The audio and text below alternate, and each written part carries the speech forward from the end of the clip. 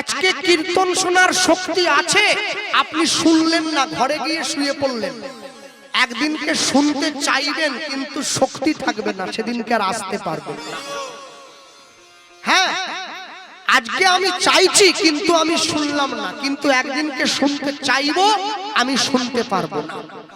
পয়সা দিয়ে অনেক বড় একটা বাড়ি তৈরি করতে পারে, কিন্তু পয়সা দিয়ে কোনোদিনও শান্তি কিনতে পারবে না।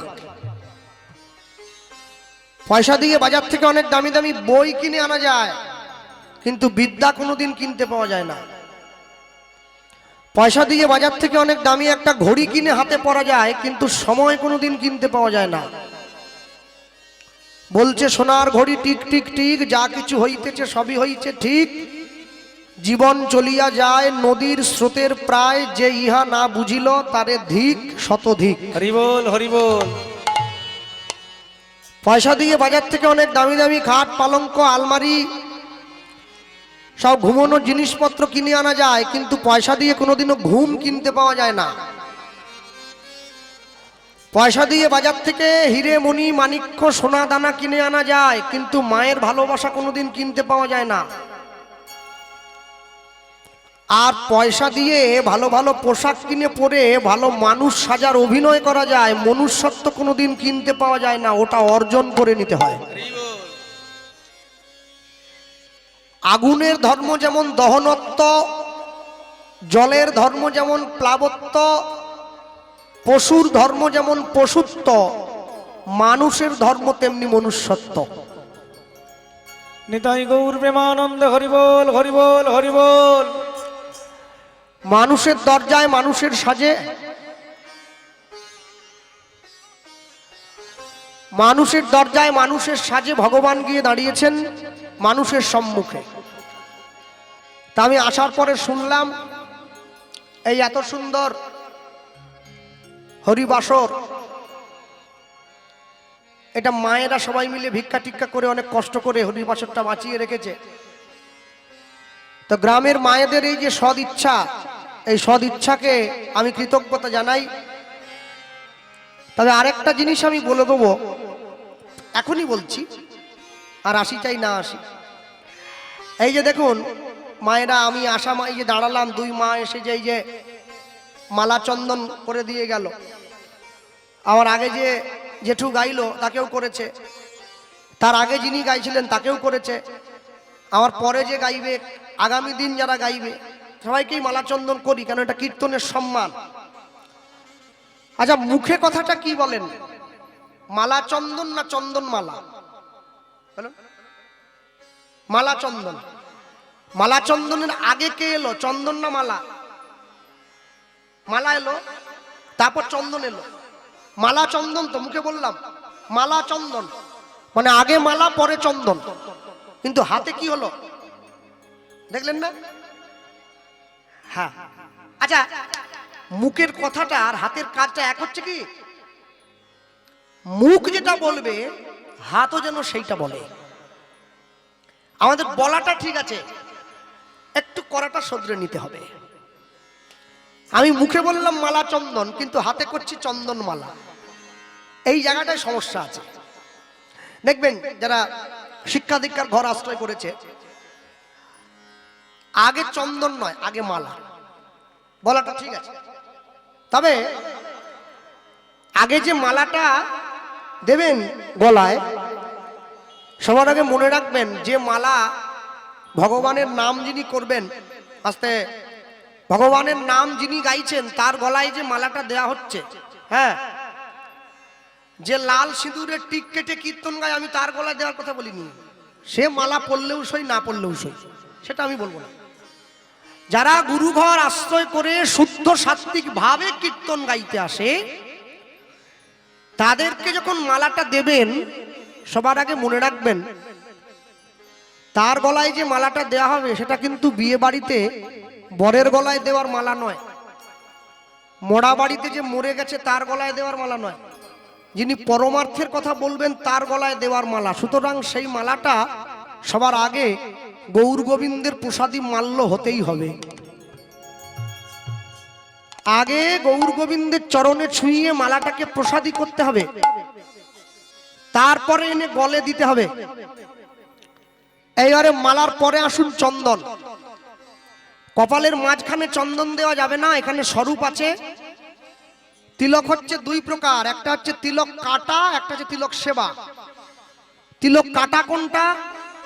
যার কোনো গুরু ঘর নাই, মাঝখানে নাকের কাছে খাঁজ কাটা ডিজাইন করা, এখানে লাল টিক দেওয়া, ভিতরে একটা এদিক দিয়ে লবঙ্গ লতিকা ফুলের মতো এদিক দিয়ে যেন বিয়ে করতে যাচ্ছেন না সেরকম ব্যাপারটা, ওকে বলে তিলক কাটা। আর তিলক সেবা কোনটা? দেখবেন যেখানে কোনো স্টাইল নেই, গুরুদেবের যে ঘরে আশ্রয়, নিত্যানন্দ পরিবার হোক, শ্যামানন্দ পরিবার হোক, গদাধর পরিবার হোক, বক্রেশ্বর পরিবার হোক, যে পরিবারে আশ্রয় গ্রহণ করেছে সেই পরিবার ভিত্তিক তিলক, দেখতে ভালো লাগুক চাই খারাপ লাগুক, এই হচ্ছে তিলক সেবা। তাহলে কপালের মাঝখানে তিলক দেওয়া যাবে না, কারণ এখানে স্বরূপ আছে, দুদিকে দিতে হবে। এখন ধরুন যে দিতে এসছিল তাকে বললাম ভাই তুমি দুদিকে দাও, সে দুদিকে দাও বলার সঙ্গে সঙ্গে সে একবারে এমন দেওয়া দিল গাল গড়িয়ে পড়ছে, না ওরকমও দেওয়া যাবে না। আবার কাউকে বললাম তুমি দুদিকে দুটো ফোঁটা দাও, সে এমনই দিল যে বোঝাই গেল না, কোনো ছুঁয়ে দিয়ে পালিয়ে গেল, ওটাও করা যাবে না। তিলক হচ্ছে পঞ্চরসের প্রতীক, শান্ত, দাস্য, সখ্য, বাৎসল্য, মধুর। তিলকটা শুরু করতে হবে কপালের বাম দিক থেকে। বাম দিকে তিনটি, শান্ত, দাস্য, সখ্য, মাঝখানটা দেওয়া যাবে না, ডান দিকে দুটি, বাৎসল্য, মধুর। অনেকে কি করে এখানে পাঁচটা দেওয়ার পরে এইখানে কণ্ঠে দিয়ে দেয়। কণ্ঠে কেন দিচ্ছেন? নাসিকার অগ্রভাগে ধরতে হয়, কেন? যাতে চন্দনের আঘ্রাণ অন্তর পর্যন্ত চলে যায়, অন্তর গৌর প্রেমে পূর্ণ হয়ে যায়। নিতাই গৌর প্রেমানন্দ হরি বল হরি বল। মানুষের দরজায় মানুষের বেশে ভগবান গিয়ে সবার আগে সেই কথাটাই প্রচার করলেন, তোমরা গৃহে বা বনেতে থাকো, হা গৌরাঙ্গ বলে ডাকো, নরোত্তম মাগে তার সঙ্গ। তুমি যেখানেই থাকো দিন শেষে একটি বার তার চরণটা জড়িয়ে ধরবে। আস্তে কথা না। এখন কথা হলো, জঙ্গলের মধ্যে শিয়াল আর বাঘে খুব বড় তর্ক লেগেছে। শিয়াল বলছে আকাশের রং কালো, বাঘ বলছে আকাশের রং নীল। আকাশের রং কিন্তু কালো নয়, সত্যি সত্যি নীল, কিন্তু শিয়াল তো ও নিজেকে পণ্ডিত ভাবে আর কি, তো ও ভাবছে আমি হার মানবো না, আমি কালো মানিয়েই ছাড়বো। তো বাঘের তো প্রচুর মাথা গরম, কেন যারা বেশি মাংস খায় ওদের মাথা একটু গরম হয় বেশি। হ্যাঁ, ওই জন্য শাস্ত্রকারগণ নারী জাতিকে মাংস কম খেতে বলেছেন। মায়েরা মাংস কম খাবে, মাথার চুল বাজারে বিক্রি করবে না, সমাজ সুখের হবে। তাহলে বাঘ মাংস খায়, বাঘের তো মাথা প্রচন্ড গরম।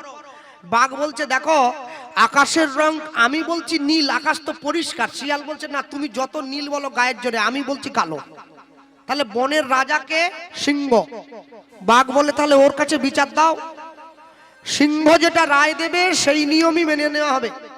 সিংহ যদি বলে আকাশের রং নীল, তাহলে শোনো শিয়াল, আমি কিন্তু তোমার ঘাড় মটকাবো, বাঘ বলছে। আর যদি সিংহ বলে দেয় আকাশের রং কালো, তখন শিয়াল বলছে তাহলে তুমি আমাকে পিঠে চাপিয়ে গোটা বনটা ঘোরাবে, এটাই তোমার শাস্তি। কারণ শিয়াল তো আর বাঘের মাংস খেতে পারবে না, বাঘের গা তো শক্ত, শিয়ালের দাঁতে জোর নেই অত, ওই জন্য পিঠে চাপিয়ে ঘোরা। সিংহের কাছে বিচার দেওয়া হলো। সিংহ আকাশের দিকে তাকিয়েছে, বনের যত পশু আছে সবাই এক জায়গায় জমা হয়েছে। সিংহ অনেকক্ষণ ধরে চুপ করে বসে এবারে বিচারের রায় দিচ্ছে। কি রায় জানেন? সিংহ বলছে শিয়ালটাকে সসম্মানে মুক্তি দাও, আর বাঘটাকে 6 মাসের জন্য জেলে পাঠাও। বাঘ তখন বলছে বন্ধু, তুমি আমার সমগোত্রীয় পশু হলে, আর তাও তুমি আমার বিরুদ্ধে এরকম একটা অন্যায় সিদ্ধান্ত নিলে। সিংহ বলছে আকাশের রং তো কালো নয় নীল, তুমি তো ঠিকই বলেছ। বাঘ তখন বলছে আমি যদি ঠিক বলেছি তাহলে বিচারের নিয়মটা, বিচারের শেষ রায়টা আমার বিরুদ্ধে গেল কেন? সিংহ বলল তুমি বাঘ হয়ে শিয়ালের সঙ্গে তর্ক করতে গেছো কেন, এটাই তোমার সব থেকে বড় অন্যায়। যখনই বেটা শিয়াল বলেছিল আকাশের রং কালো, তুমি সঙ্গে সঙ্গে কেন ওর ঘাড় মটকাওনি? হ্যাঁ, জ্ঞানী কোনোদিন মূর্খের সঙ্গে তর্ক করবে না। মূর্খের তো কথায় কথায় দ্বন্দ্ব, আর পণ্ডিতের কথায় কথায় ছন্দ, আর সুন্দরী মেয়েদের কথায় কথায় হাসি, আর বৃদ্ধ লোকেদের কথায় কথায় কাশি। ওরে কাশি! হ্যাঁ? মূর্খ সে শুধু তর্ক করে, না এইটা না ওইটা। জ্ঞানী লোক তর্ক করে না, চুপ করে বসে থাকে। কেন? জ্ঞানী জানে আমি শেষে একটা কথা বলে দেবো, ওটাই শেষ কথা। কেন? বাজার কমিটির সভাপতি যে, সে কি সবসময় ঝগড়া করে নাকি? সে মিটিং এর শেষে যাবে, শেষের চেয়ারে বসবে, একটা কথা বলে দেবে, ওটাই ফাইনাল, উঠে চলে আসবে। তাই সব সময়ের জন্য বলবো, কখনো মূর্খদের কথায় কান দেবেন না। মূর্খরা অনেক কিছু বলবে। যারা গোপাল সেবা করাও, তারা কেন গোপালকে হাগিস পরাওনি, তারা কেন গোপালের জন্য বাথরুম বানাওনি, হ্যাঁ, এসব মূর্খদের কথা। মা দুর্গার ব্লাউজের মাপ কত, কোন দোকানে বানাতো, এসব মূর্খরা বলে। ওদের কথা কান দেবে না। মূর্খদের কথায় যারা সায় দেয়, তারাও সে গোত্রীয়। তোমরা তোমাদের নীতিতে পথ চলবে। কে কি বললো, কে কি করলো, মনে রাখবে সমাজকে দ্বিখণ্ডিত করে দেওয়ার জন্য একটা গভীর ষড়যন্ত্র চলছে, হিন্দু বাঙালি সমাজ। তোমরা কিন্তু সেই ষড়যন্ত্রে কেউ কান দেবে না। বৈষ্ণব মহাজন লিখছেন পরবর্তী পংক্তিতে, কি মধুর বৃন্দা, হ্যালো হ্যালো, মধুর বৃন্দা বিপিন বিপিন মাধুরী। দাদা গানের সময় ভাষাতে হবে। মধুর বৃন্দাবন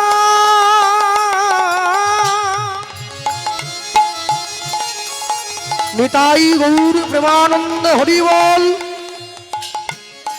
বৃন্দাবনে আকাশ মধুর মধুর,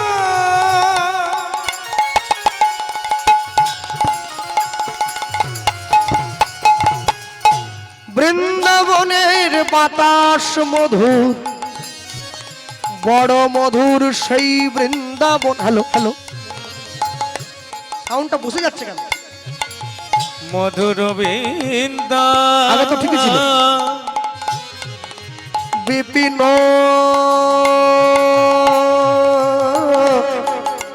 মাধুরী মাধুরী মাধুরী, মধুর বৃন্দা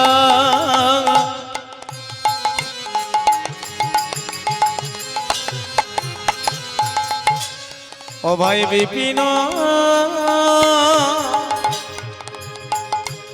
মাধুরী,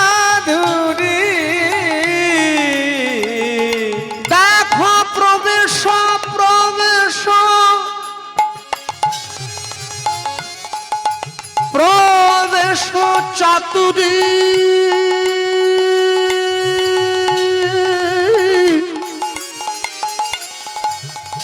প্রবেশ চাতুরী ওই না মধুর বৃন্দা,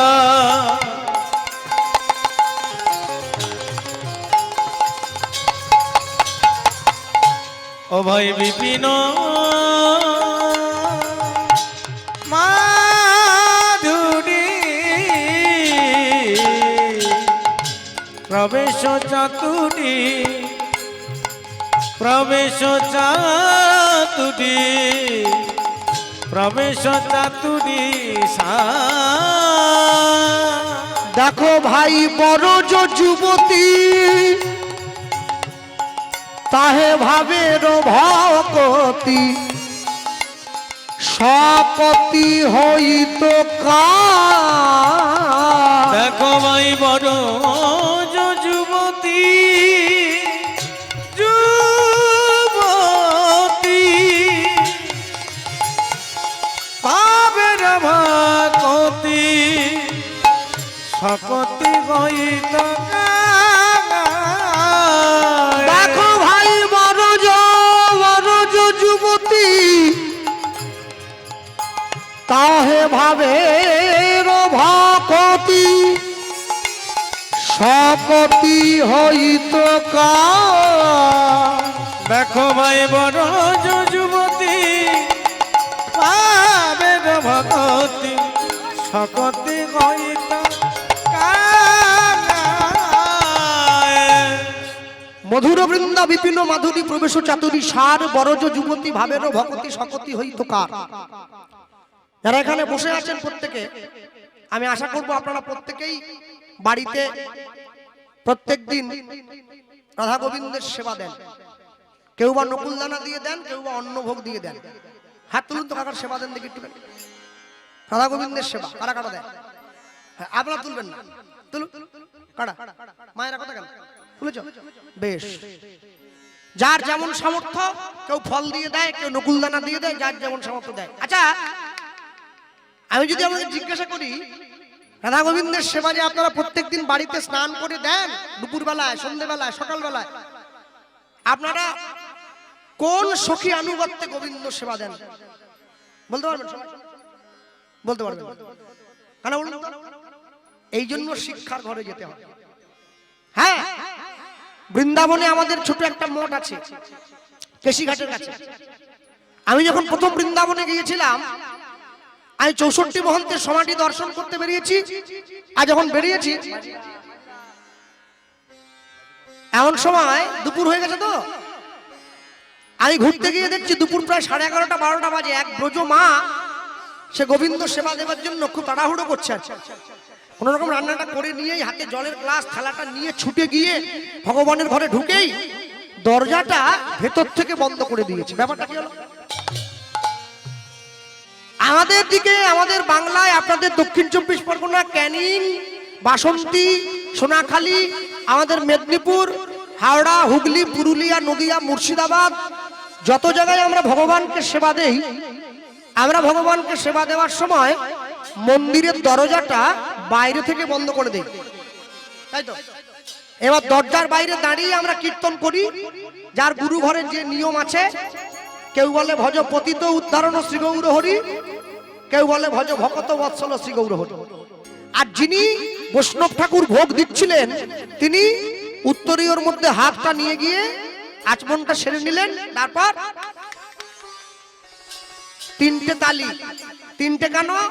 সত্য, রজতম 3 গুণে তোমার সেবা দেই নাই, ত্রিগুণাতীত হয়ে তুমি সেবা গ্রহণ করো, আমার সামর্থ্য নাই, দরজাটা খুলে দেওয়া হবে। আর এই যে আপনাদের মন্দির আছে, তখন মালসা ভোগ হবে, দেখবেন কাপড় দিয়ে মন্দিরের চারদিকটা ঘেরে দিয়ে যেন দেখতে না পায়। ভগবানের সেবা কাউকে দেখতে নেই। তাহলে এখন কথা হলো, আমরা দরজাটা বাইরে থেকে বন্ধ করি, আর সেই বৃন্দাবনের ব্রজের মা সে দরজাটা বাড়ির ভেতর থেকে বন্ধ করে দিয়েছে। তা আমি চিন্তা করলাম, এ আবার কিরকম সেবা রে? আমি এই সেবা তো জীবনে দেখি নাই, তাহলে ইনি কি শিক্ষা দীক্ষার ঘরে যান নাই? তা আমি দরজার বাইরে দাঁড়িয়ে রইলাম। আর মনে রাখবেন, যারা বৃন্দাবনে গিয়েছেন তারা আমার থেকে ভালো জানেন, বৃন্দাবনে গরম প্রচুর, গরমকালে গরমও প্রচুর, শীতকালে শীতও প্রচুর, পাথরের জায়গা। তা আধ ঘন্টা পরে সেই মা যখন বেরিয়ে এসছে, দরজাটা খুলে একবারে ঘেমে নিয়ে গেছে, আর দরজাটা খুলেই দেখছে একটা ছেলে দাঁড়িয়ে আছে। কি ব্যাপার? আমি বললাম, মা আমি মেদিনীপুর থেকে এসেছি। হ্যাঁ, এসো ভিতরে এসো। গেলাম। কিছু বলবে বাবা? হ্যাঁ বলবো মা, একটা জিনিস জানার জন্য দাঁড়িয়ে আছে। বলো। আমি বলছিলাম কি মা, আমরা যখন ভগবানকে সেবা দেই, আমরা ভগবানকে সেবা দেওয়ার সময় দরজাটা বাড়ির বাইরে থেকে বন্ধ করে দিই, আর আপনি যখন ভগবানকে সেবা দিচ্ছেন, আপনি দরজাটা ভেতর থেকে বন্ধ করছেন কেন? সেই মা আমাকে বলছেন, জানো বাবা, তুমি প্রশ্নটা ভালো জিজ্ঞাসা করেছো, কিন্তু আশ্চর্য কি বলতো, আপন ভজন কথা না কহিব যথা। কেমন করে ভগবানকে ভালোবাসি ওটা বলা ঠিক নয়, কেন ওটা নির্দেশ নেই। কিন্তু তুমি যখন জানতে চাইলে বাবা, তোমায় আমি বলবো।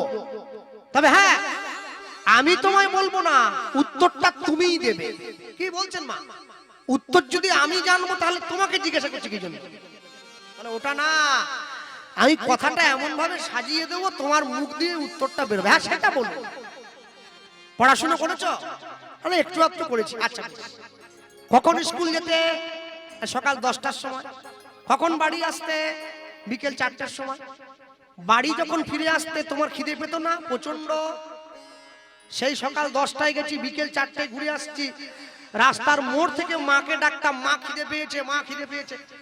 ভালো করে ভেবে বলো, তোমার মা যখন তোমাকে ভাতের থালাটা, তোমার মা যখন তোমাকে অন্ন ব্যঞ্জনের থালাটা তোমার সামনে সাজিয়ে দিত, তোমার মা কি তোমার সামনে খাবারের থালাটা দিয়ে তোমার কাকিমার সঙ্গে গল্প করতে চলে যেত?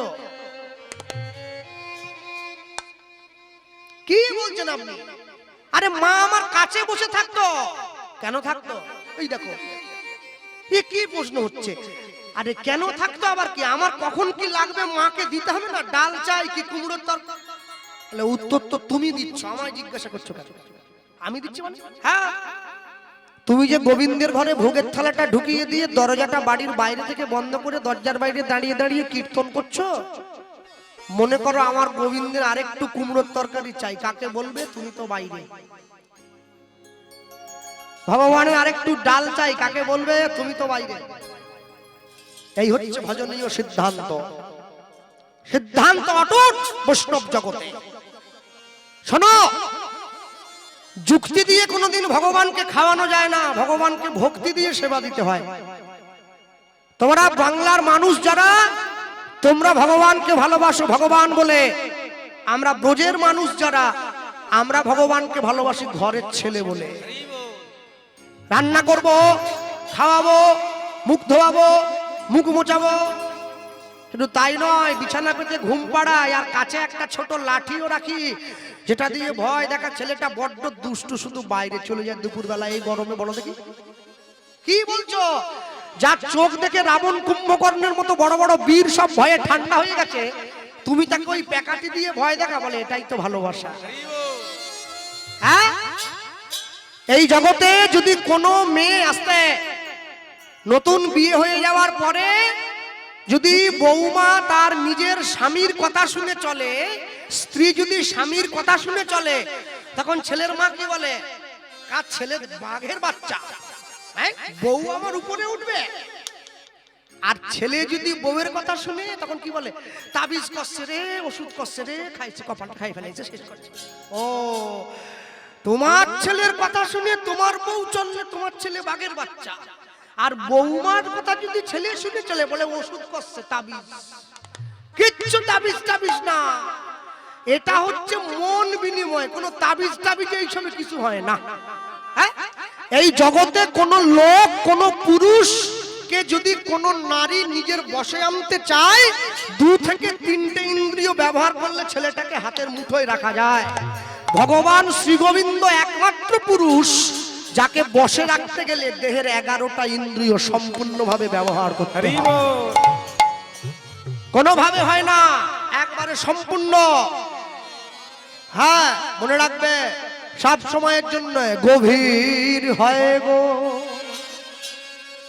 যেখানে ভালোবাসা, মুখে তো সেখানে থাকে না কোনো ভাষা। আচ্ছা না, বিখ্যাত গান, মনে রাখবেন। বৈষ্ণব মহাজন পদকর্তা লিখতে গিয়ে লিখলেন, তোমাদের এত কষ্ট করতে হবে না, তোমরা একটা কাজ করো। কি কাজ করবে? গাও পুন পুন শ্রী গৌরাঙ্গের গুণ উলুধ্বনি নিতাই গৌর হরি বল।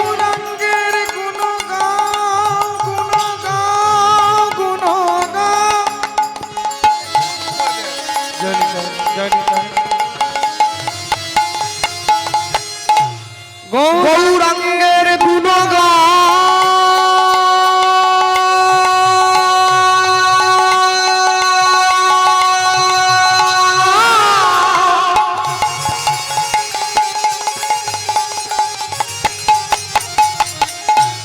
তুমি শুধু বসে থাকো, গান হয়ে যাবে।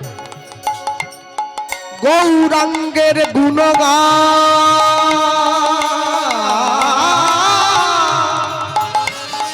গৌরাঙ্গের গুণগান গাও পুন পুন নিতাই গৌর হরি হরি বল। শ্রী গৌরাঙ্গে গুণ।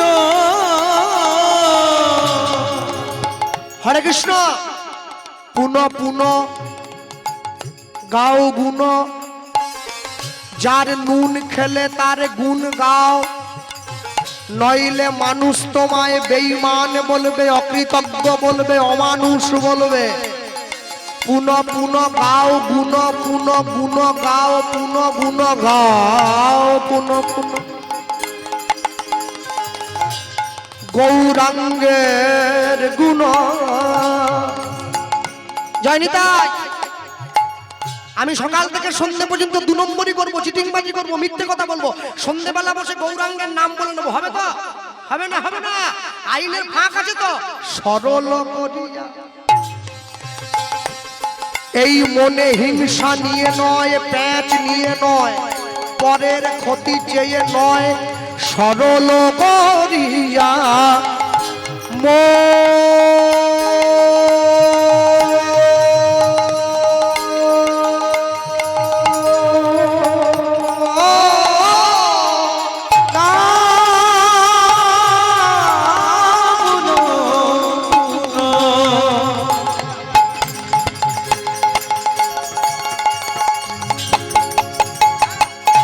শ্রী গৌরাঙ্গে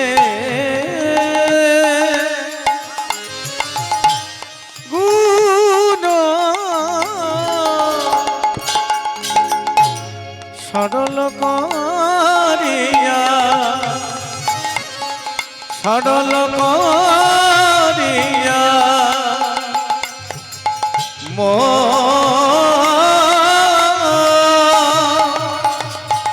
ওগো এ তিন ভুবনে আমি এমন দয়াল না দেখো একজন। আমি তিন ভুবনে ভুবনে এমন দয়া না দেখো আমি এ তিন ভুবনে এমন দয়াল না দেখো একজন। তিন ভুবনে এমন দয়া না দেখো আমি এমন দয়াল আর দেখি নাই। আমি এমন দয়া আর দেখি না। আমি এমন দয়াল আর দেখি নাই। আমি এমন দয়া আর দেখি না। যে জন মার খাবে পায়ে ধরে প্রেম দেবে। আমি এমন দয়া আর দেখি না। যে জন জগাই মাধাইয়ের মতো মাতালকে হরিনাম দিল। এমন দয়াল আর দেখি না। যে জন মলয় চাঁদ কাজীর মতো মুসলমানকে কৃষ্ণ নাম দিল। এমন দয়াল আর দেখি না। যে জন চপল গোপালকে উদ্ধার করিল। এমন দয়াল আর দেখি না। যে জন হরি নামে হরিকে নামাইয়ে আনলো। এমন দয়াল আর দেখি না। ও যে গোলকের হরি ভুলকে এলো নিতাই হরি বল। গোলকের হলি ভুলকে এলো। এমন দয়াল আর দেখি না। এমন দয়াল আর দেখি নাই। এই তিন ভুবনে এমন দয়া না দেখো একজন। এই তিন ভুবনে এমন দয়া না দেখো একজন। হ্যাঁ, কীর্তনীয়টা সব ভালো, গান ভালো গায়, কথা ভালো বলে, দেখতে শুনতে ভালো, সব ঠিক আছে, কিন্তু একটা সমস্যা কি জানেন? যখন গান গাইতে গাইতে কথা বলে না, মুখ থেকে প্রচন্ড থুতু বেরোয় আর কি। আজকে তাহলে আসরটা উঁচুতে হয়েছে, তা অনেক অনেক জায়গায় তো মাটিতে হয়, তো শ্রোতা একবারে সামনে বসে থাকে, তো যতবার কথা বলতে যাচ্ছে শুধু মুখ থেকে থুতু বেরিয়ে সামনে একজন ছিল বসে, তার গোটা পাঞ্জাবি টাঞ্জাবি একবার সব আচ্ছা বেরোচ্ছে, মানে প্রচন্ড একবারে। হ্যাঁ, 10-15 মিনিট হওয়ার পরে হঠাৎ করে উঠে দাঁড়িয়ে সেই লোকটা যেই ধমক দিয়েছে কীর্তনিয়া তো ভয়ে গান থামিয়ে, কি হলো দাদা ধমক দিচ্ছেন? আপনি এতগুলো ভক্ত বসে আছে, এত শ্রোতা বসে আছে, আপনি এত লোকগুলোকে কন্ট্রোল করলেন আর নিজে থুতুটা কন্ট্রোল করতে পারেননি? এত মানুষকে সামাল দিচ্ছেন আর থুতু সামাল দিতে পারছেন না, তাহলে কেন, কি হয়েছে? কি দেখছেন না মুখ থেকে থুতু বেরিয়ে আমার গোটা পাঞ্জাবি টাঞ্জাবি সব ভিজিয়ে দিল। এবার কীর্তনিয়া তো বিরাট চালাক, সে কি বলতে জানেন? কীর্তনিয়ার মুখে থুতু মানে থুতু নয় গো, গঙ্গা জল, গঙ্গা জল। সেই লোকটা বলে শালা বলে কি রে, গঙ্গা জল থুতু আবার? হ্যাঁ মশাই, থুতু আবার গঙ্গা জল হয় নাকি? বলে হ্যাঁ। গঙ্গা সৃষ্টি কোথা থেকে? বলে গোবিন্দের চরণ থেকে। আমি কার কথা বলছি? বলে গোবিন্দের কথা। তাহলে যে গোবিন্দের চরণ থেকে গঙ্গার জন্ম হলো, আমি সেই গোবিন্দের কথা বলছি, ভেবে না গঙ্গা বেরোচ্ছে। আর যে আবার প্রতিবাদ করতে উঠেছিল, ওর ভাই পাশে ছিল, সে আবার আরো মারাত্মক। সে ছুটে ঘরে চলে গেছে, মাটির হাঁড়ি নিয়ে চলে এসেছে, হাঁড়ির উপরে ঢাকনা বন্ধ, চুপ করে দাঁড়িয়ে আছে। বলে কীর্তনিয়া মশাই হাঁ করুন দেখি। বলে কেন? বলে করুন না। মনে মনে ভাবছে, কীর্তনিয়ারা খেতে খুব ভালোবাসে, বুঝলেন না? ভাবছে এখন তো শীতকাল চলছে, জয়নগরের গুড় টুড় হয়তো এনেছে, নলেন গুড় টুড় কিছু মুখে দেবে। ও একবারে যা হাঁ করেছে না, একবারে হাঁড়িতে যা ছিল মুখে ঢেলে দিয়েছে। কিছু নয়, ছাই ছিল, ছাই ছাই। আর কি মুখে ছাই দিচ্ছেন কেন? বলে না ছাই দেইনি। তাহলে বলে গত বছর আমার বাপ মরে গেছে, বাপের অস্থিটা আর কি। বাড়ির সামনে যখন গঙ্গা এসে গেছে, তাহলে বেকার আর কষ্ট করে যাবো কেন, মুখে দিয়ে। এত সামনে যদি গঙ্গা এসে যায়, আমি কি আর কষ্ট করে গঙ্গায় যাব? দাঁড়িয়ে থেকে মুখে দিয়ে দিলাম। মনে রাখবেন, মানুষ এখন বড় চালাক হয়ে গেছে, আর বোকামো করা যাবে না মানুষের সঙ্গে। গৌরাঙ্গ বলিয়া না গেলাম গলিয়া, না গেলাম গলিয়া, আমি গৌরাঙ্গ বলিয়া না গেলাম গলিয়া, গৌরাঙ্গ বলিয়া না গেলাম গলিয়া, ও গো কেমনে ধরিনু দে, গৌরাঙ্গ বলিয়া না গেলাম গলিয়া, কেমনে ধরিনু দে, বাসু ভসহিয়া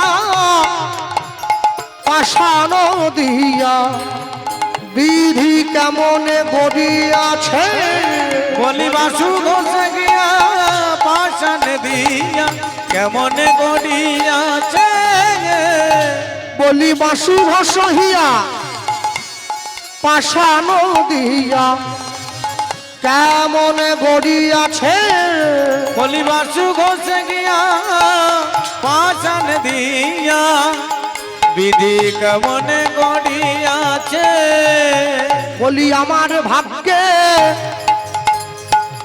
হলো না গো, আমার ভাগ্যে হলো না গো, বলি আমার ভাগ্যে হলো না গো, আমার ভাগ্যে হলো না গো, এমন পতিত পাবন অবতারে, আমার ভাগ্যে হলো না গো, এমন পতিত পাবন অবতারে, আমি পতিত রইলাম পড়ে, আমার ভাগ্যে হলো না গো, আমি পতিত রইলাম পড়ে, আমার ভাগ্যে হলো না গো, বলি আমি পতিত রইলাম পড়ে, আমার ভাগ্যে হলো না গো, আমার গুণাদিন ফুরায়ে গেল, নিতাই গৌর হরি বল। কোনদিন ফুরায় গেল, আমার ভাগ্যে হলো না গো, আমার ভাগ্যে হলো না গো, বাসু ঘষে গিয়া পাষাণ দিয়া, কেমনে গড়িয়াছে। বাসু ঘষে গিয়া পাষাণ দিয়া, বিধি কেমন গড়িয়াছে হ্যাঁ আস্তে কাড়া কাড়া কাড়া কাড়া গৌরাঙ্গ চরণে যাবেন যাবেন না উলুধ্বনি করুন সব বুঝে আছে হ্যাঁ কাড়া কাড়া গৌরাঙ্গ চরণে যাবে একটু উলুধ্বনি করো হ্যাঁ শুনছে তার একটু মাঝে মাঝে বাজিয়ে দেখে নিতে হয় এই নৌকো ঠিকঠাক চলছে না ভাটার দিকে চলে গেল সমস্যা আছে হ্যাঁ কেউ যেন বাদ না যায় একসঙ্গে সবাই মিলে বলে নাও তারপর লীলা মাধুর্যের মধ্যে প্রবেশ করি অনেক কিছু বলার আছে বলতে কি সবাই কি বলবো দেখো গৌর এলো রে সেই সোনার নদী যায় উলুধ্বনি এখনো দাওনি হরিধ্বনি শব্দ শোনা যায় গৌর এলো ওই তো আস্তে হাত তোলা যাবে একটু তোলা যায় যাদের আছে তোলো যাদের নাই করে তুলবে কষ্ট হয় তো বুঝি সব তুলেছ হ্যাঁ আর যে মায়েরা হাত নামিয়ে বসে আছো আমার মাকে দেখো শুধু একবার লক্ষ্মীর ভান্ডার ডবল হয়ে গেছে বিরাট হাসি আর 500 নেই 1000 না তালিটা দেখো গৌর এলো রে সোনার নদী যায় উলুধ্বনি হরিধ্বনি শব্দ শোনা যায় গৌর এলো রে হরি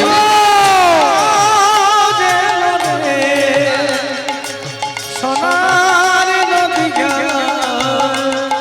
উলুধ্বনি হরিধ্বনি শব্দ শোনা যায় মোদের গৌরে লোরে ওই তো গৌর এলো রে সোনার নদী যায় উলুধ্বনি হরিধ্বনি শব্দ শোনা যায় গৌর এলো রে তাই সোনার নদী উলুধ্বনি হরিধ্বনি শব্দ শোনা যায় মোদের গৌরে লোরে গৌর এলো রে সঙ্গে নিতাই এলো রে ওই গৌরে লোরে সঙ্গে নিতাই এলো রে ওই তো গৌর এলো রে সঙ্গে নিতাই এলো রে গৌরে লোরে সঙ্গে নিতাই এলো রে ওই তো গৌর এলো রে সোনার নদিয়া উলুধ্বনি হরিধ্বনি শব্দ শোনা যায় গৌর এলো রে হরি হরি সোনার নদিয়া উলুধ্বনি হরিধ্বনি শব্দ শোনা যায় মোদের গৌরে লোরে ওই তো গৌর এলো রে সোনার নদিয়া উলুধ্বনি হরিধ্বনি শব্দ শোনা যায় গৌর এলো রে ওই তো গৌরে লোরে সোনার নদিয়া উলুধ্বনি হরিধ্বনি শব্দ শোনা যায় মোদের গৌরে লোরে ওই তো গৌর এলো রে সোনার নদিয়া উলুধ্বনি হরিধ্বনি শব্দ শোনা যায় মোদের গৌরে লোরে ওই তো গৌরে লোরে সোনার নদিয়া উলুধ্বনি হরিধ্বনি শব্দ শোনা যায় মোদের গৌরে লোরে আর বলো হয় শ্রীকৃষ্ণ চৈতন্য মহাপ্রভু কি জয় নিতাই চাঁদ কি জয় ঘুম পাচ্ছে কি জয়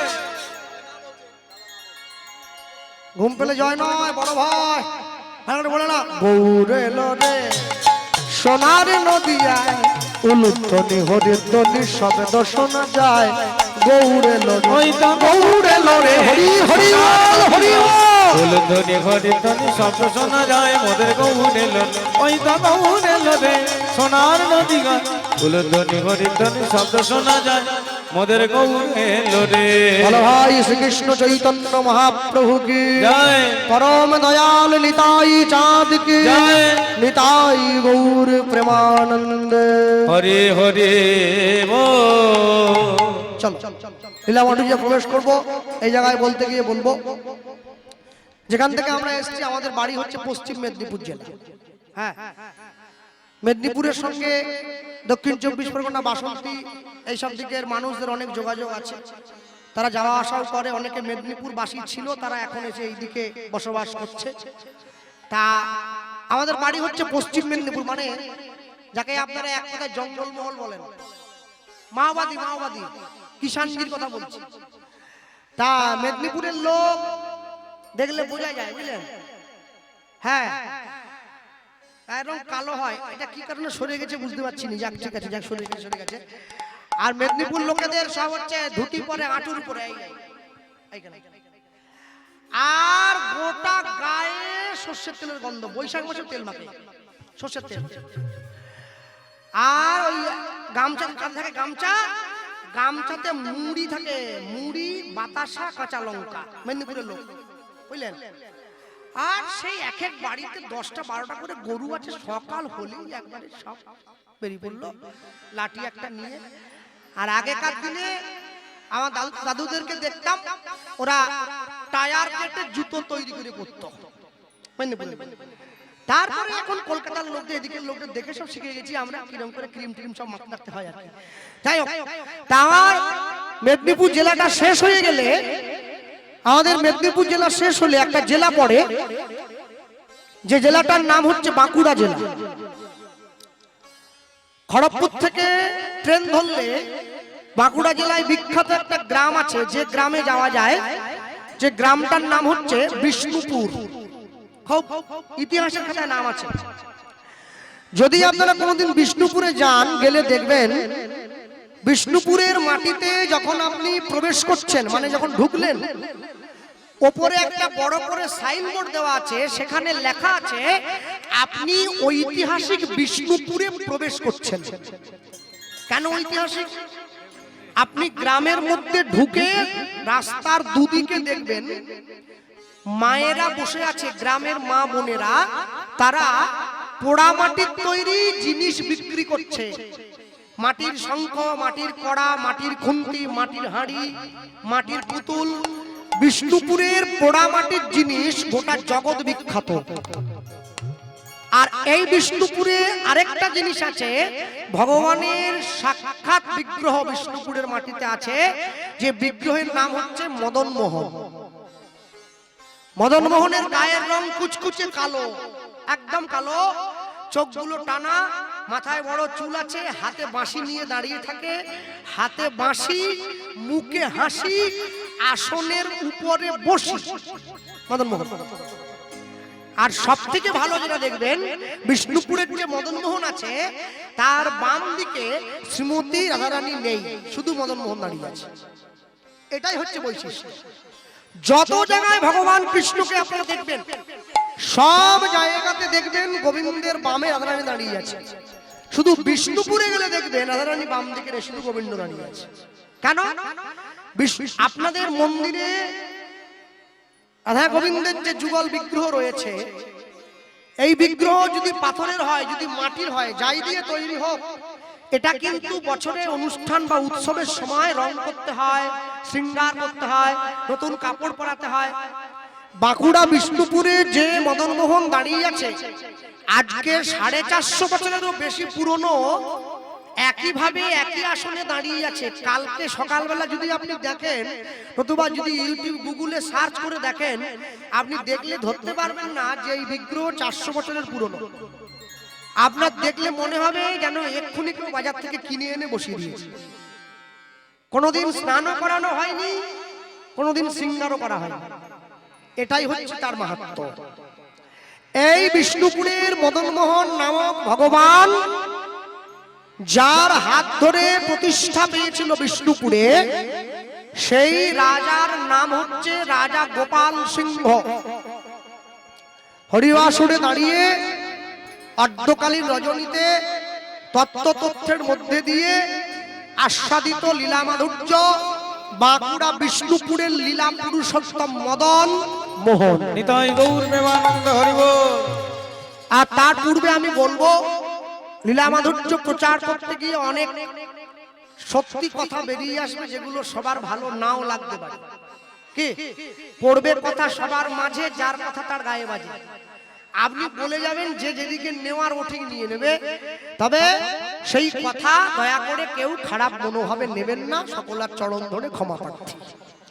আমি বলতে গিয়ে বলবো, আজ থেকে 450 বছরেরও বেশি পূর্বে বাঁকুড়া বিষ্ণুপুরের মাটিতে একজন ক্ষত্রিয় বাড়ির ব্রাহ্মণ বাস করত, যে ব্রাহ্মণের নাম ছিল সনাতন দাস। ভগবান গীতায় বললেন, আমি জীবের গুণ আর কর্ম দেখে 4টে বর্ণের সৃষ্টি করেছি। চতুর্বর্ণ ময়া সৃষ্টম গুণ ও কর্ম বিভাগস। ভগবানের মুখ থেকে ব্রাহ্মণ, বুক থেকে ক্ষত্রিয়, উরু থেকে বৈশ্য, চরণ থেকে শূদ্রের জন্ম হলো। তাহলে ভগবানের পা থেকে শূদ্রের জন্ম হলো। এখন কথা হলো, ভগবানের পা থেকে যারা জন্ম নিয়েছে তারা নাকি ছোট জাত, যেটা নিয়ে আন্দোলন চলছে। ভগবানের পা থেকে জন্মালে বুঝি ছোট হয়? ব্রাহ্মণ যে ঘন্টা, আসতে মন দিয়ে লক্ষ্য রাখুন, কথার দিকে ছটফট করলে হবে না। ব্রাহ্মণ যে ঘন্টাটা বাজায়, কে বানায়? শূদ্র।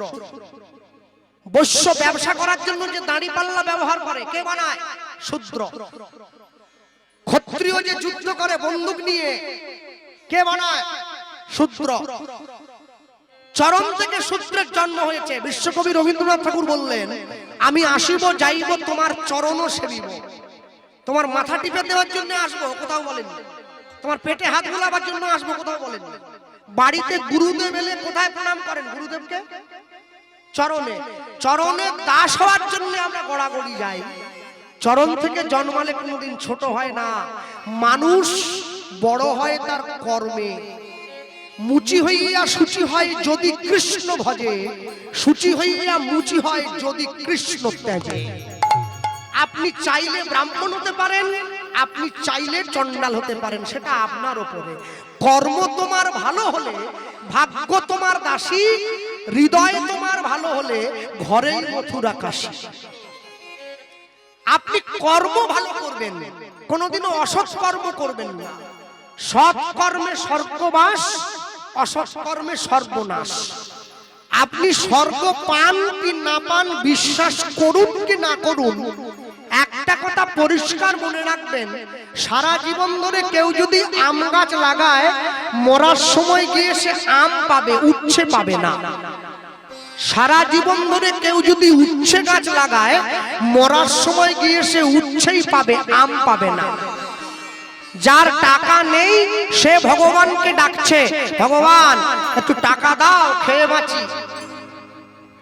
আর যার টাকা আছে সে টাকা বাথরুমে রেখে দিয়ে জেলে গিয়ে বসে আছে, সে ভগবানকে ডাকছে, আমাকে জেল থেকে ছাড়ি দাও। ভগবান বলে, আমি যাব কোন দিকে? তোকে দেইনি, তুই ডাকছিস, ওকে দিয়েছি, ও ডাকছে। মাঝখানে গরিব কীর্তন দলগুলো পড়ে গেছে। তা আমরা ভগবানকে বলি, প্রভু তুমি একবারে এমন দিও নি যেন না খেয়ে মরতে হয়, আবার এমন দিও না যেন জেলে চলে যেতে হয়। একটু টানে টানে রাখবে, কারণ তুমি আমাকে টানে রাখলে তোমার দিকে টান থাকবে। তুমি যদি টানে না রাখো তোমার দিকে টান। আস্তে সন্দেশখালীর ঘটনা পড়ছেন না খবর? আমি কীর্তনে গিয়েছিলাম কিছুদিন আগে, আমাকে পুলিশ বলছে, কোথায় এসছেন? খবরদার পালিয়ে যান শিগগিরই, তলপি গুটি নিয়ে।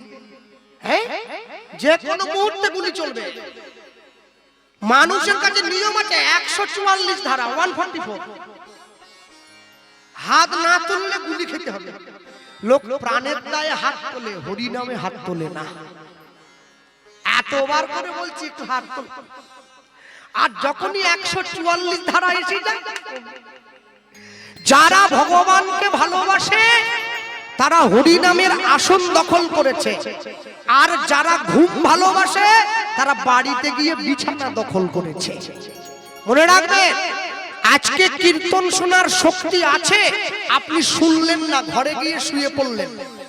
একদিনকে শুনতে চাইবেন কিন্তু শক্তি থাকবে না, সেদিনকে আর আসতে পারবেন না।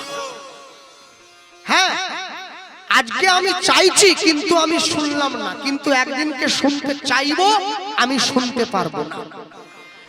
তাহলে বিষ্ণুপুরে যে ক্ষত্রিয় ব্রাহ্মণ বাস করত, সেই ব্রাহ্মণের নাম ছিল সনাতন দাস। নামটা মনে রাখুন সকলে। সনাতন দাসের স্ত্রীর নাম ছিল শিলাবতী।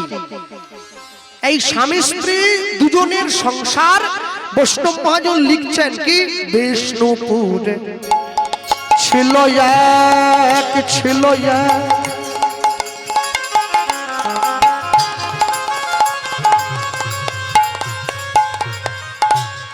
ওগো ক্ষত্রিয়, ক্ষত্রিয় ব্রাহ্মণী, দেবতী যে ভক্তি সদাই, সে যে ভক্ত শিরোমণি। অগ বিষ্ণুপুরে ছিল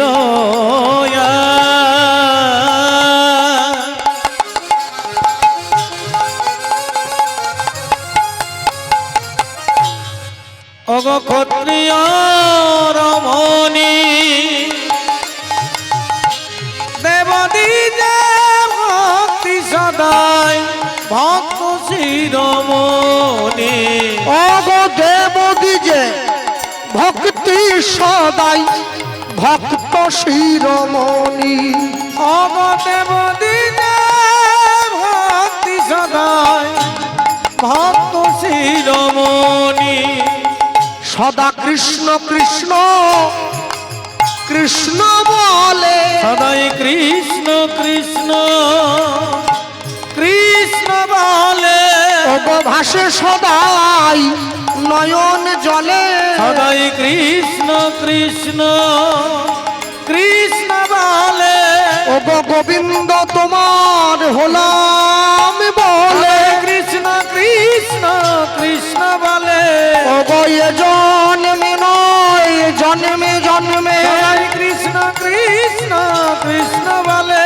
আমায় রেখো তোমার চরণ তলে, সদাই কৃষ্ণ কৃষ্ণ কৃষ্ণ বলে। ওগো এ জন্মে নয় জন্মে জন্মে, তাই গৌর হরি বল।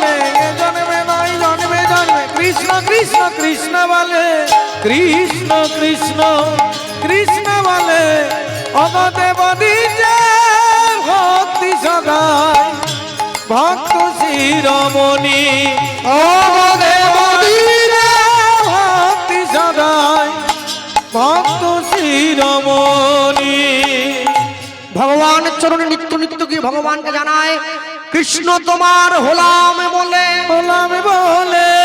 তুমি আমার হলে কিনা জানি না, জানি না, তুমি আমার হবে কি হবে না তাও জানি না, তাও জানি না। তবু আমি শুধু তোমার চরণ ধরে বলবো, আমি তোমার, আমি তোমার, আমি তোমার। আমি তোমার, আমি তোমার। স্বামীর সঙ্গে এক সংসারে থাকতে গিয়ে মা হয়ে গিয়েছিল সন্তান সম্ভবা মা। যেদিন থেকে মাতৃগর্ভে সন্তান এসে গিয়েছে, সেদিন থেকে মা গিয়ে গোবিন্দ চরণের নয়নের জলের পরিমাণটা বাড়িয়ে দিয়েছে। ভগবানকে একটা কথাই বলছে, প্রভু আমার গর্ভ মাঝে যে আছে, ছেলে হোক কিংবা মেয়ে হোক আমি জানি না, তবে আমি শুধু এইটুকু চাই, আমার গর্ভ মাঝে তুমি যাকে পাঠিয়েছো ও যেন মানুষের মতো মানুষ হয়, যেন অমানুষ না হয়। এই যে মায়েরা বসে আছো যারা, তোমাদের এদিকে একটা বিখ্যাত জিনিস পাওয়া যায়, যে জিনিসটার নাম হচ্ছে জয়নগরের মোয়া। জয়নগরটা দক্ষিণ 24 পরগনার মধ্যে পড়েছে। আর এই যে জয়নগরের মোয়াটা দক্ষিণ 24 পরগনায় পাওয়া যায়, এটা সারা বিশ্বে কোথাও পাওয়া যায় না। এজন্যই দক্ষিণ 24 পরগনার সুনামটা এত বেশি। বলো, দক্ষিণ 24 পরগনার মোয়াটা যেভাবে তৈরি করা হয়, আমাদের মেদিনীপুরের লোক কি সেটা করতে পারতো না? পারতো। কিন্তু ভেবে দেখবে, মোয়াটা তৈরি করতে গেলে আগে খই দরকার হয়, খই থেকে মোয়া হয়। খইটাকে চাষ করতে গেলে আগে ধান চাষ করতে হয়, ধান থেকে খই হয়। যে ধানের খই থেকে মোয়াটা তৈরি হয়, সেই ধানটা আমার মেদিনীপুরে হয় না। ওই জন্য এই জেলার মাটি দরকার। এই জেলার মাটি না হলে ওই ধানটা ফলবে না অত সুন্দর। আর ওই ধান যদি না ফলে, ওই মোয়াটা তৈরি হবে না।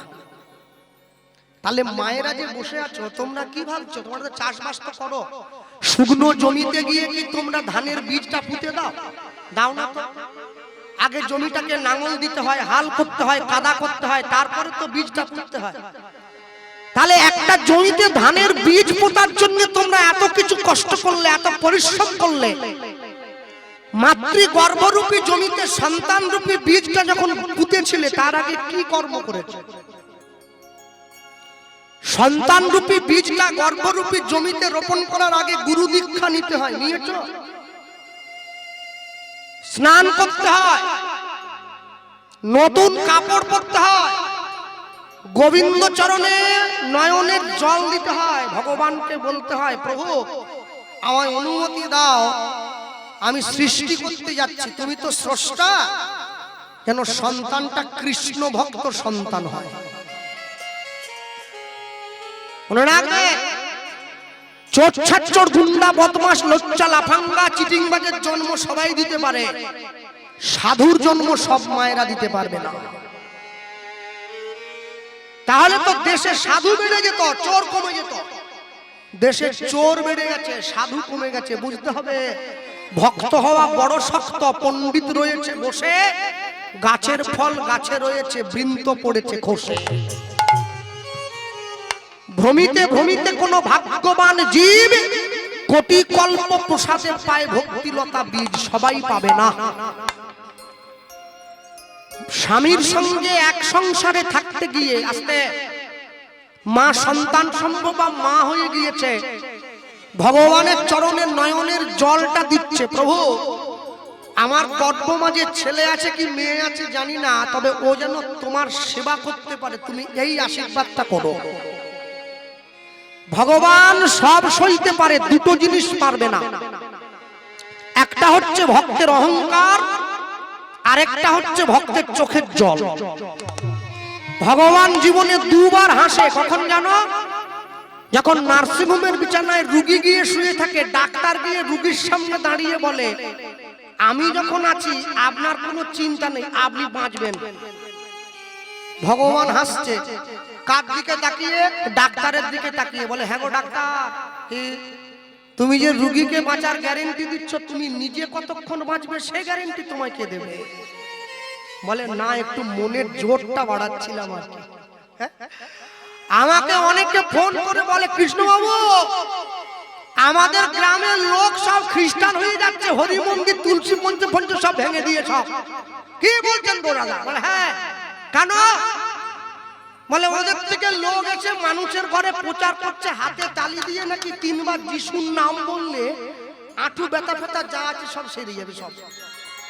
শালা মুশকিল তো, বলতে পারো না তোমরা? করোনায় সব থেকে বেশি মরে গেছে যিশুর দেশের লোক, তোমরা ছিলে কথা। ভারত যদি ভ্যাকসিন না পাঠাতো ওদের দেশ একবারে খালি হয়ে চলে যেত। শ্রবাণ সধর্ম বিগুণ পরধর্মাৎ সনুষ্ঠিতাৎ স্বধর্মে নিধনং শ্রেয় পরধর্ম ভয়াবহ। শোনো, বাঙালি কোনোদিন 25শে ডিসেম্বরে কেক কেটে খাবে না, ওটা আমাদের নয়, ওটা খ্রিস্টানদের। বাঙালি কোনোদিন 1 জানুয়ারিতে জানোয়ার কেটে খাবে না, ওটা আমাদের নয়, ওটা বিদেশিদের কালচার। যারা আমেরিকার থেকে ইসকনে এসেছে, মায়াপুরে এসে তারা হরে কৃষ্ণ উচ্চারণ করতে পারে, হরে কৃষ্ণ হরে কৃষ্ণ উচ্চারণ হয় না, ঠেকে যায়, বেঁধে যায়। কেন? ওরা ইংরেজিতে কথা বলে, বাংলা কথা না, হরে কৃষ্ণ কষ্ট হয়। দুঃখটা কি জানেন? ওরা বলতে পারে না তবু বলে, আমি বলতে পারি কিন্তু বলি না। হ্যাঁ, ভগবানের চরণে আছাড় খেয়ে পড়ে ভগবানকে নয়নের জলটা দিচ্ছে, আর দরজার বাইরে স্বামী দাঁড়িয়ে শুনছে যে আমার স্ত্রী গোবিন্দকে সেবা দিচ্ছে নিজের চোখের জল দিয়ে। ভগবানকে প্রণাম করে মা যখন উঠে দাঁড়ালো, দরজার বাইরে দাঁড়িয়ে স্বামী দরজায় টোকা দিল, শিলাবতী দরজাটা খোলো, শিলাবতী দরজাটা খোলো। ছুটে গিয়ে দরজাটা খুলে, কি তুমি? হ্যাঁ, তুমি যে এত সুন্দর করে আমার গোবিন্দকে সেবা দাও, আমি তো আগে জানতাম না। হাতটা বাড়িয়ে দিয়েছে, দাও হাতে প্রসাদ দাও। যেই স্বামী হাতটা বাড়িয়ে দিয়েছে, শিলাবতী হাতে প্রসাদটা দিয়েছে। হাতে প্রসাদটা দেওয়ার পরে শিলাবতীর স্বামী বলে উঠলো, শোনো আগামীকাল সকালবেলায় আমি গয়া যুদ্ধে যাত্রা করব না।